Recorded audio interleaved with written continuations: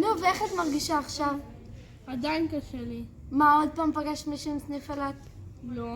תגידי את האמת, עוד פעם פגשת מישהו עם סניף אילת? אני סולט אותה! אני בסניף אילת. אני ילדתית במקור. אוי שלא! אין לנו תקרה בסניף. ואידיאל. אנחנו סניף נפרד, מבחירה, לא מבחירה. אני תמיד יוצאת לכל המסעות. אני אף פעם לא יוצאת למסעות. אני תמיד נרדמת באוטובוס במסעות. אני לא נרדמת באוטובוס במסעות. וזה לא מבחירה. אני תמיד מגיעה לצלחה. או שלא. נדרסתי בסניף. סתם, דורי נדרסה. נרדמתי בסניף. בחדר צוות. השתלחתי בסניף.